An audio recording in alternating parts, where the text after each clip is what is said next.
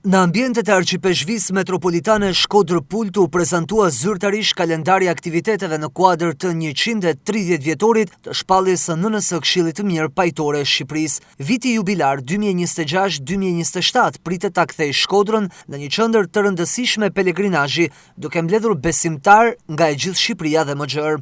Ky vit jubilar përmban një moment me rëndësi të veçantë për jetën kishtare dhe për identitetin shpirtërore dhe kulturor të popullit shqiptar, duke synuar rëpërtëritjen e devocionit ndaj Zojës së Këshillit të Mirë dhe formimin e bashkimit në fe.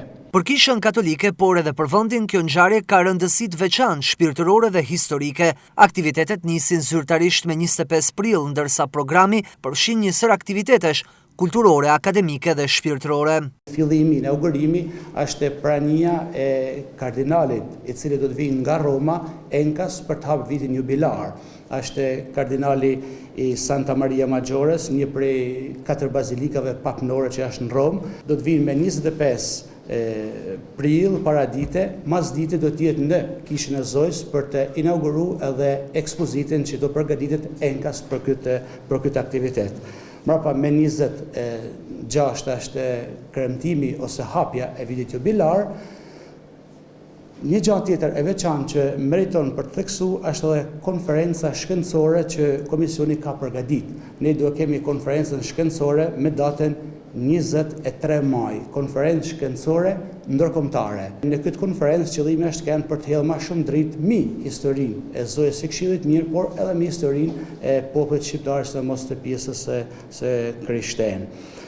Në këtë kuadër të aktiviteteve kulturore, ne kena përgatitur disa botime librash për mbledhje e revistës së Zoja Shkodrës, Drita e Shqipnisë. Është një revistë që ka filluar me u publiku për herë të parë në vitin 1917, 1918, pra janë 3 vite rresht që kjo revistë është hapur me dëshirën për të ndërtuar Kishën e Zojës, sepse ishte e shkatruar nga Perënderia Osmane. Edhe një tjetër botim që është me vlerë të jashtëzakonshme dhe historike është që botohet për herë të parë një dorëshkrim i Atë Marin Sirdanit, franceskan, i cili ka një studim mirëfillt mbi Zojën e Këshillit të Mirë. Konferenca i Pezhnore Shqiptare i ka bërë një ftesë të veçantë Papa Leoni të 14 për t'u bashkuar këtyre kremtimeve, ndërkohë që një konfirmim zyrtar ende nuk ka nga Selia e Shenjtë. Megjithatë, drejtues të lartë të Kishës Katolike do të jenë në Shkodër në kremtimet e kësaj feste.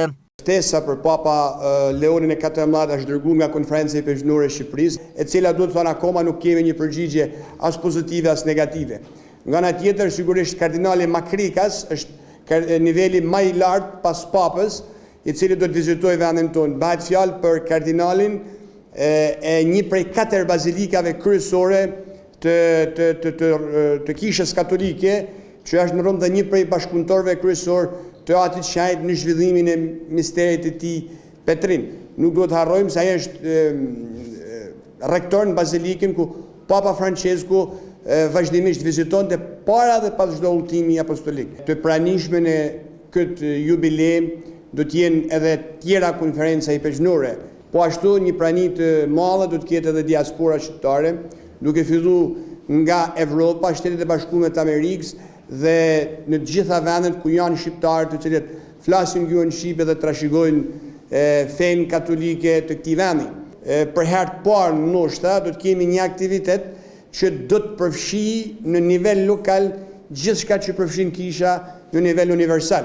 Gjatë të gjithë vitit do të organizohen pelegrinazhe, procesione, aktivitete artistike dhe projekte mediatike që synojnë të ofrojnë më shumë besimtarët dhe publikun me këtë jubile. Ai synon të jetë një udhëtim i përbashkët shpirtëror që forcon kujtesën historike, e gjallëron jetën e fesë dhe hap horizonte të reja për të ardhmen e Kishës dhe të shoqërisë shqiptare, theksuan në përmbyllje organizatorët.